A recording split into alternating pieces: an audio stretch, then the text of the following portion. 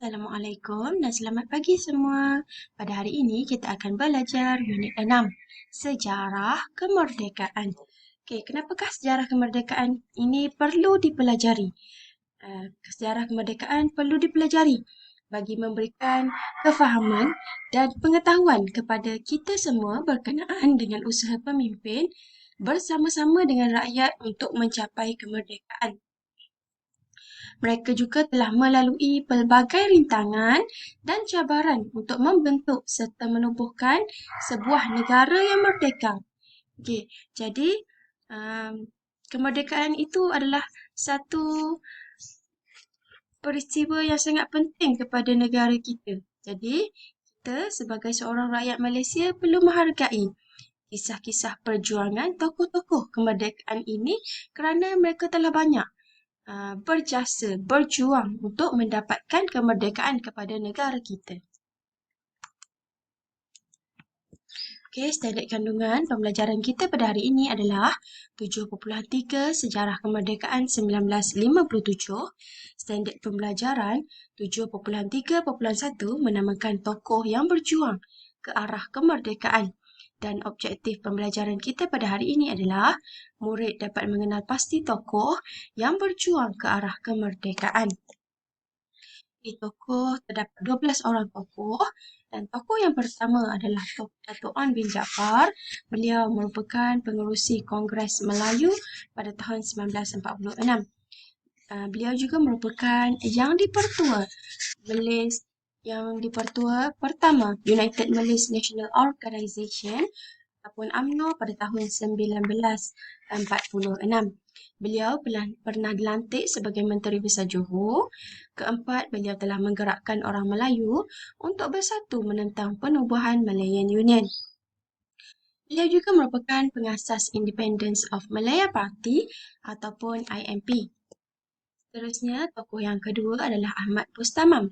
Beliau merupakan Ketua Angkatan Pemuda Insaf API pada tahun 1946. Beliau juga telah menubuhkan Parti Rakyat Malaya PRM pada tahun 1955. Yang ketiga, beliau telah menerbitkan akhbar Suara Rakyat dan Voice of the People. Tunku Abdul Rahman Putra Al-Haj Ibni Almarhum Sultan Abdul Hamid Halim Shah. Siapakah beliau? Beliau merupakan Perdana Menteri Persekutuan Tanah Melayu yang pertama. Beliau juga telah mengetuai rombongan kemerdekaan Persekutuan Tanah Melayu yang pertama. Beliau merupakan pengasas Parti Perikatan pada tahun 1952 dan beliau merupakan yang dipertua kedua UMNO. Tokoh seterusnya adalah Ishak Haji Muhammad. Beliau merupakan pengasas Akhbar Utusan Melayu.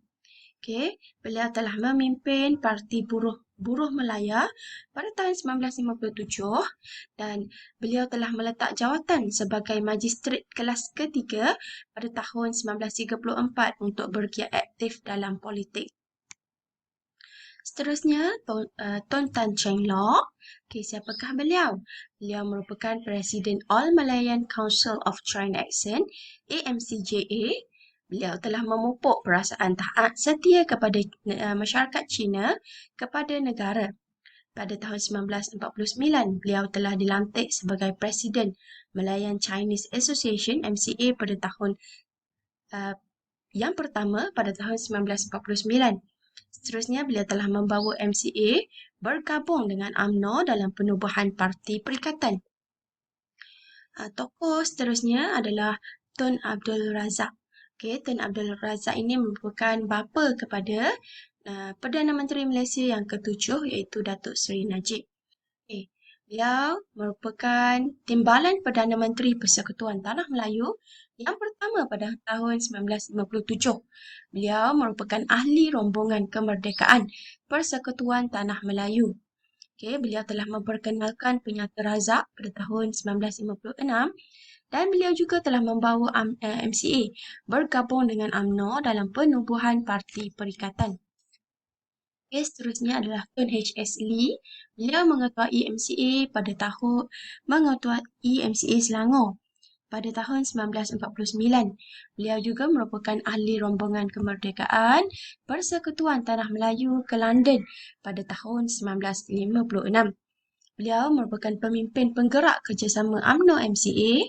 Beliau merupakan penggerak ke arah kerjasama antara kaum. Beliau juga merupakan Menteri Keuangan Persekutuan Tanah Melayu yang pertama. Tokoh seterusnya adalah Tun B.T. Songkatan. Beliau merupakan Presiden Malayan Indian Congress MIC yang kelima pada tahun 1955. Beliau juga telah menyertai rombongan kemerdekaan pada tahun 1957.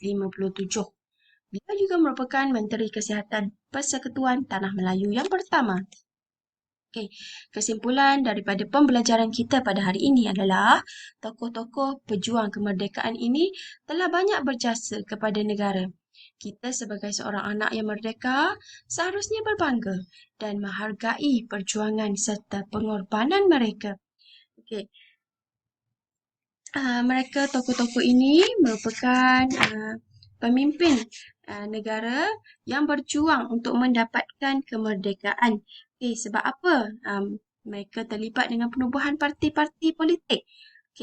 Untuk memenuhi syarat yang telah ditetapkan oleh British dalam usaha untuk mendapatkan kemerdekaan.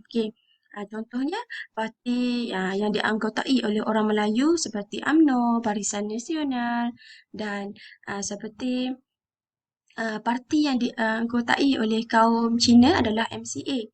Manakala parti yang dianggotai oleh kaum India adalah MIC. Okey, apa kepentingannya? Okey, sebab British nak tengok adakah rakyat di Tanah Melayu ini mampu atau tidak untuk bersatu padu. Supaya apabila dah bersatu padu, barulah boleh membentuk sebuah negara yang merdeka. Okey, itu saja penerangan cikgu pada hari ini.